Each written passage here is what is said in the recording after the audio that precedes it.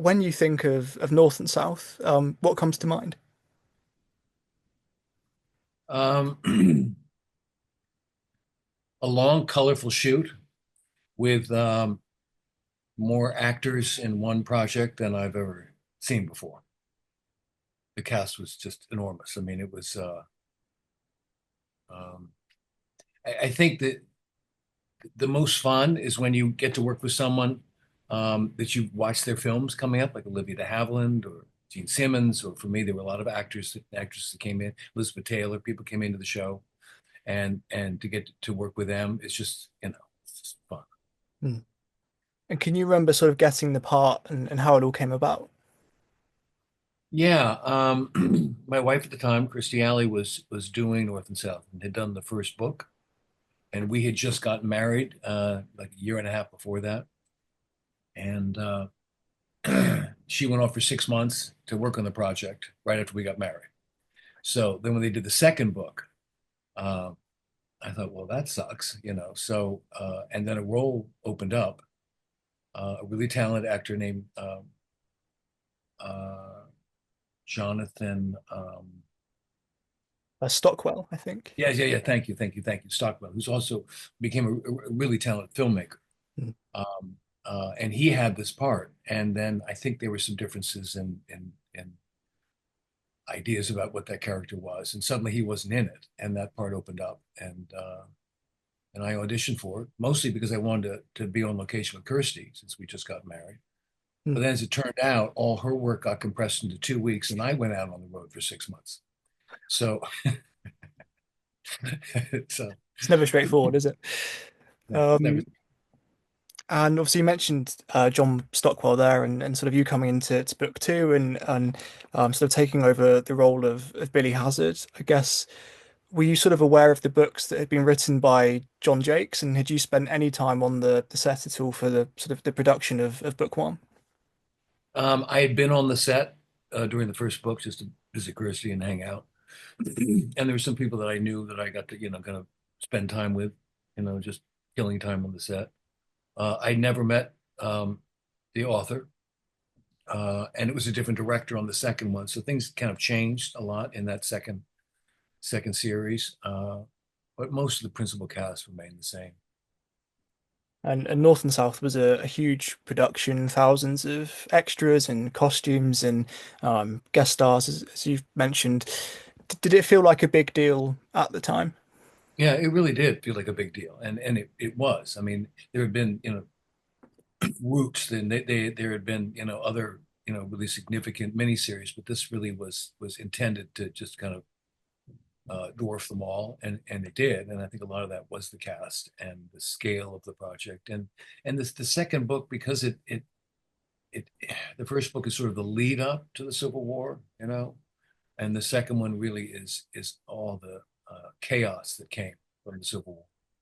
Um, uh, and it was a polarized, violent time in this country, Hmm. um, and spoke to how things can get out of hand and what the price for that is, and that's some of what we're all dealing with here now. Hmm. How far does this go, and what's the price for this? Where does it end up? Um, the part that was the most interesting for me in that 6 months is that we spent a lot of time on locations in Natchez, Mississippi, in Charleston, in actual battlefields where we reenacted things, and so this kind of soap opera, miniseries started to take on a little more reality, just because you're in the places that this all took place, and it wasn't that long ago, a little over 100 years ago. And then I realized that in my grandparents' home in Philadelphia, um, and I was playing, a young soldier from Pennsylvania, that there was a portrait in the big stairwell that I passed hundreds of times going up and down through my childhood. It was only during the making of the movie that I realized that the portrait was actually a portrait of George Gordon Meade, who was the Union commander at Gettysburg, who was my great great grandfather. I never put together that that picture was what that meant. Hmm. And then suddenly the personal, real personal family connection to all of that that went down, and that role, even though it was a romantic part and dramatic part, melodramatic, it took on just kind of a different personal connection for me, Mm, which made it much more interesting and more important, really, for me, you know. mm. And you touched on it there, but I guess quite a lot of your kind of scenes were spent reenacting several of the battles of the Civil War. A few months ago, I spoke to Kevin Connor, who directed Book Two, and Robert Mhm. Zian, who produced it. And they said for the battle scenes, it was pretty sort of full on. And even though it's kind of like a tenth of the scale of the real thing, even with the cannon fire, you could kind of feel the ground shaking as all the guns were going off. Because of the scale of the thing. So I guess sort of you touched on it there, but I guess what are your sort of memories of filming that, I suppose? Yeah, those he actually did a really good job with all that because there's so many cameras involved and so many angles, and so many people and the horses and the cannons and uh, I've always kind of prided myself on not doing my stunts. I'm an actor, not a stuntman, and the stuntman can do it better than I can. And why would I take their job? And I don't need their job. And Mm, so I've always really kind of embraced the separation of acting from stunt work. Uh, but just the nature of shooting those battle sequences meant that we were seen, running, through over these fields and through these battles and the smoke and the horses and the cannons and and what they what they would do is they would bury these huge charges underground, maybe a foot under, with all this soil on top, peat and soil on top of it, and then they'd all be lined up. The wires going to all those areas of the field would be lined up on a board with like a nail sticking up, and each nail was the connection to that charge. And so they'd kind of wipe another wire right down those nails, and all those charges would go off as they touched each nail. And trying to be heroic and play the scene and reenact that. As I was stepping over one of those, not knowing it was there because you can't see and you're running and there's smoke, just as I look down because your footing is all uneven in those fields. They're not like a football field. They're mm, rough pastures. And as I looked down, one of those went off, and all that peat was in my eyes, and I couldn't see. So now I'm staggering unheroically, forward across the field, but that's probably really what it was more like. mm, But so um, there were certain liberties taken with the cast and all of that, whether it's writing during battle scenes or being out there with charges that you wouldn't find today. It just sure. they would be allowed to do that today. Mm.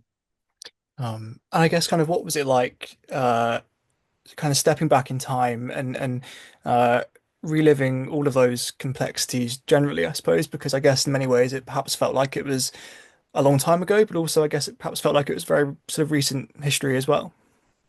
Yeah, it felt like a long time ago until you're in Charleston and you're in your costume and you're out on the Boone Plantation, where we shot at a lot, which is a major sprawling plantation. And suddenly it that all collapses. Um, Most of my work was with people that I was supposed to be serving with in this little military unit I was in. Uh, and with Jeannie Francis, and Jeannie was just so easy and wonderful to work with. She just was a delight the whole time. Mm, Uh, and there are a lot of people who I'm really fond of still, Phil Kazanoff and Jonathan Frakes, and mm, I still try to stay in touch with and see. Um, but yeah, yeah, no, time collapses. I mean, and make believe, over a long period of time becomes less and less make believe. right. Um, and then you finish the project and you go home and it's like, culture shock to be suddenly back, Mm, dodging cars in the street going, what happened? right. And you mentioned it at the very start, obviously sort of co-starred in the miniseries with your wife at the time, Kirstie Alley, ironically playing brother and sister, and I think you only had sort of the one scene together, but I guess that's kind of a fairly unique situation to Did we be in. have did we have a scene together? I always thought we didn't have a scene together, did we? There's one scene in a Somewhere. in a in a restaurant, yeah, and I think it's just before you sort of go off to war and you're kind of saying hi and bye and that's it really. But just the one and done, yeah. Was I in my green uniform? No, it was just before that, so you were sort of in your sort of But blue uniform, if you like. But yeah. I asked me what do I think of North. When I think of North and South, what I think of is my first wardrobe session at Western Costume in Hollywood, Mm, where I expected it to be, some blue uniform with, all kinds of decorations on it or something. And mm, they pulled out the Kermit the Frog uniform, right. bright green uniform. And I'm like, Yeah. no, it's a mistake. I'm a union officer. Mm, And they said, yeah, you're a sharpshooter. And that they had green uniforms so they can blend in with the foliage. This is your uniform. I'm like, right. what are the odds? I'm going Why to be not? Yeah. Kermit the Frog for 6 months. No, you. Um, yeah, but I actually forgotten I actually had a scene with Kirstie. Mm. And I guess the series was also very notable for sort of having its sort of guest stars as well. And one of them was sort of Jean Simmons, and you sort of had some, you shared some screen time together in the sort of the final episode. But I Yeah. guess what was it like, sort of spending time with her and appearing on screen with her, because she was kind of one of the Hollywood sort of greats, really. Yeah, no, she's royalty, and it's you get downtime while everything's being set up, and you're sitting around on the set, and just hang with Jean was she's just lovely, Mm, and one of my strongest memories was I guess in that last episode when the plantation is burning, that Boone right. plantation, and Forrest Whitaker was playing one of the slaves who comes in during that fire, and Mm, has a scene with her as it's burning. And watching his work, I didn't really know his work that well, but watching his work in that scene, I was mesmerized. I mean, that's some of the best work I've ever seen. mm, And he just was so present and full of emotion, and it was spot on. And I was mm, blown away by watching him work with Gene, two mm, of them, and and then actually, I think there was some confusion or difference of opinion by the director, and he asked for us to do it again, slightly different way. And I was so disappointed because I thought his work in that first take that he went through with all mm, the special effects and the fires in the room and all that was mm, was so extraordinary. mm, Uh, but that's the joy of being in a project. You see other people work and see how they work and what they come up with, and it's just beautiful. mm. Absolutely. And obviously you've mentioned Jeannie Francis as well, and I guess sort of the love story between Billy and Brett, if you like, was kind of one of the sort of continuous storylines throughout the whole piece, really. So, again, I suppose, what was it like working with her? Because I think sort of before North and South, she'd had a prominent role in General Hospital, and she still does. But sort of what was it like working with her, and I suppose spending time sort of on sort of the Boone Hall plantation that you mentioned as well? Yeah, it was the core group of people. It was Jonathan and Jeannie and Kaznov. There were a core group there that were just so great. I mean, it doesn't always happen that way. Often you have people who you don't agree with, or maybe you wouldn't want to spend time with, but that group was really unusual. Mm, Um, I remember there was a scene. The one thing that they didn't do so much on the uh, book was they didn't follow the book exactly. They took some liberties, and I right. remember there was a scene of Jeannie and I had where I finally have gone AWOL and somehow managed to smuggle myself all the way down through the South and get all the way down to the plantation without being detected. And and I finally get to the plantation to be with her. And they decided that I should be hiding in the barn. And I just thought that was so anticlimactic, you know. After all of that, I hide in the barn. Mm, I don't I don't I don't go right into the plantation and find her and sweep her into my arms or something. And and she and I, had the same sense of it, mm, and it was fine, it was fine, but it was different than what was in the book, and it was different than it, mm, it seemed it might have played out more dramatically. But sure. that's, as being an actor, you're there to serve the vision of the director and the producers and the script and whatever choices are made. That's your job, is to Mm, bring what you can and then be a team player. mm.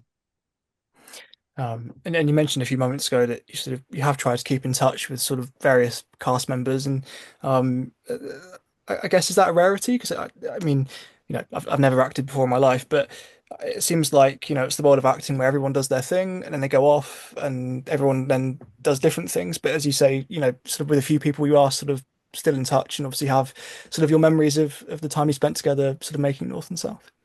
Yeah, it's I mean, you really do, you get really, really close, and then you go back to real life, and that will take you to, your hometown or your spouse or your children or other projects, and you don't mean to separate, go a different way, but it's what happens. But every now and then it doesn't. Mm, When I'm really good, I'm still very, very close with Sean Cassie. I did the Hardy Boys with, and Hasselhoff. I was in Baywatch with. They're people that uh, that has surprised me. Pamela Sue Martin, who was in Nancy Drew, really close. She's like a sister to me, mm, and has been since we started our careers. Um, Kasnoff and I have the same manager, entertainment manager. It's it's just it's so much of this journey as an actor, performer, is kind of a solo one. You find your own way, and life comes and takes you different directions with other people, and it keeps shifting and changing.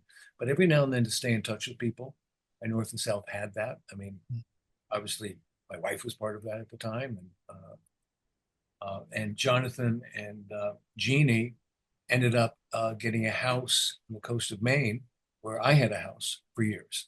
And so they've just been parallels that have been nice. It keeps that connection real. mm. And sort of books one and two were filmed and released sort of back to back, and there was sort of a third installment sort of made the best part of a decade later. And sort of some characters returned and some didn't, and in the case of book three, sort of Billy Hazard doesn't appear. But was there any kind of approach made to sort of get you back for book three, or did that sort of No, not no, happen? None at all. No. no. And I suspect it was probably a different budget at that point. Mm, And that the whole parameters of it were different, and it shifted as I understand. I didn't read book three, but as I understand it, it shifts to the west. Custer and mm, all that. And I'm not even sure what happened to Billy. I don't know if he goes west or he goes to Philadelphia and becomes a businessman. I don't know what happens. mm. Uh, but no, that I never heard anything about it. Just suddenly they were doing one, and it was okay.